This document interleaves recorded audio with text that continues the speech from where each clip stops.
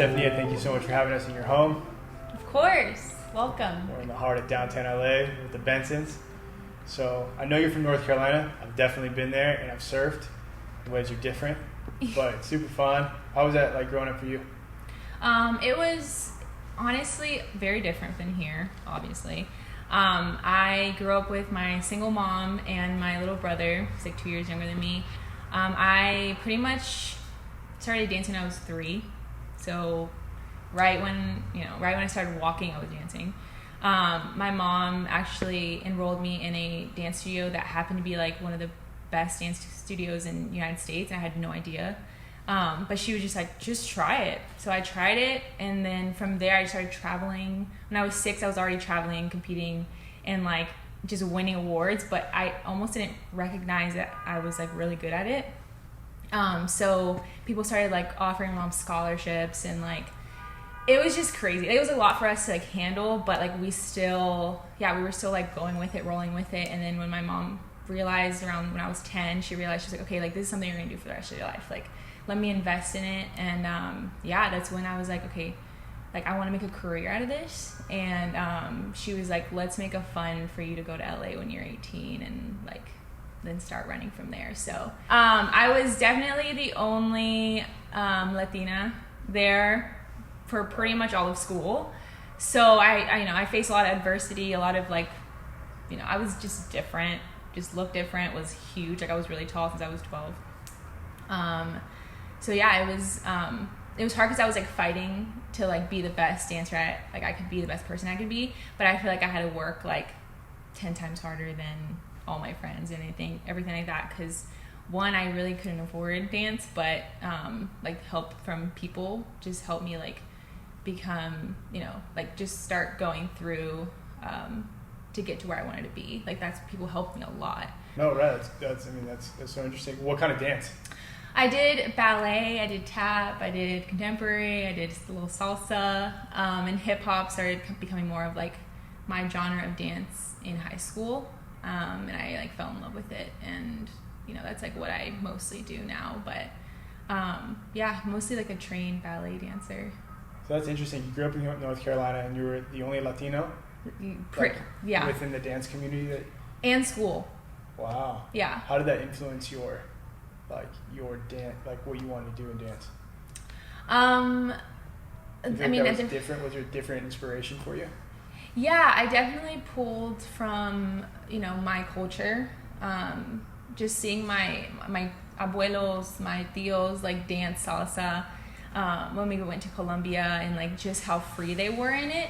I think I would bring that into the studio and into the competition. I thought about it as less winning and more of like, I'm free in this. This is what makes me happy. And I'm still working hard, but there's more of, there's not so much of feeling like I'm doing this just for like a trophy. Like I do this because I actually love it and I feel so passionate about it.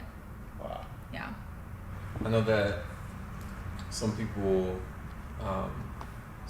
are an artist and they're brilliant at that. And then there's also people who are the artist, but then they're also the architect who can build the world for the artist. And I noticed, I just learned that about you, that you, as a choreographer and a director, you also have the ability to create the world for the dancer. Mm-hmm. So where does that start for you as far as the creative process, or where you come from? It depends on the project, but most of the time I try to get inspired by different genres of art. So like I'll hear a song and I like picture something right away, or I try to get inspired by like art, like painting, and even like sculptures, just like different angles that they use, different inspiration they pull from, and I try to envision myself in the story right away. So I pick like a character, and then I pick like kind of like how they live their life, and I take that from people that I know, like people around me.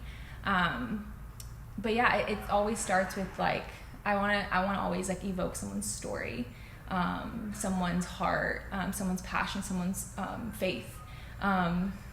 one of my favorite pieces that I've ever done was my own story, but it was the struggle that I got to become the woman that I am today, and like the faith and the strong, my strong relationship with Jesus. Like that was probably my favorite story to tell because it was so vulnerable, and like I had to like just break my walls down and like actually be like, this is like who I am now. But yeah, that was probably like the hardest process that I've done as a choreographer, because you don't want to talk about yourself, but the world needs to see this. The world needs to like they need to like hear that, like my story too. So yeah. How has like your story like pushed you towards striving for excellence? Because I don't think the world knows Estefania. I think people know Estefania like she's a great person and wife, dancer, but like you've helped, like John Thomas said, you've helped architect and design things. Like where do you see yourself like moving towards the future? Or like how is that strive for excellence? Yeah, I think honestly at a young age, when I moved here when I was 18, I got all my dream jobs. I like started on Glee for a couple years and toured with artists and worked with Beyonce and Janet Jackson, and the list went on, and that fulfilled me, but there was still like something missing. And I think that I didn't have intention. I didn't think that I was like, who I am was just what I did. And when it all came down to it, I was like, but who am I? Like, who am I in these spaces? Who am I?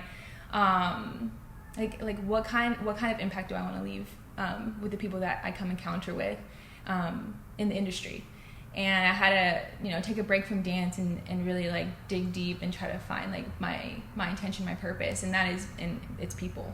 Like I walk in a room, I walk in a rehearsal, and all I want to do is make someone come a little closer to who Jesus is, and like into faith. I just want to love people in that room. There's just a lot of shame in the industry, and a lot of rejection, and a lot of people who just need someone to give them hope, and like they know that they're good and they're worthy, and that they're so seen by God, and yeah, I think that it's so important to have someone in those rooms to be that light and to not shy away from that, but to just lean closer and try to like meet everyone where they're at. And I think that right now, and going into the future, instead of focusing on the movement, is more I'm focusing more on intention. So I'm not like I'm okay with not really doing or being in the front or being in the spotlight. I want to make sure that people are in the spotlight. Their hearts are healthy, their mindsets are healthy. I'm helping them walk through their life, and then passing it over to one of my friends too, so that they can fully live in the purpose and the meaning that God's created them to live. So that's the future. Beautiful. I think it's so cool that you already had the talent that built you up to that place, and now you have the intention behind it, and now your sense of excellence is going even further. Yeah. So thank you for sharing that with us. Yeah, thank you so much. I'm ready to live in this. This is awesome. Yeah. I'm fired up. I'm glad I'm married to you. Come on. Marriage, let's go.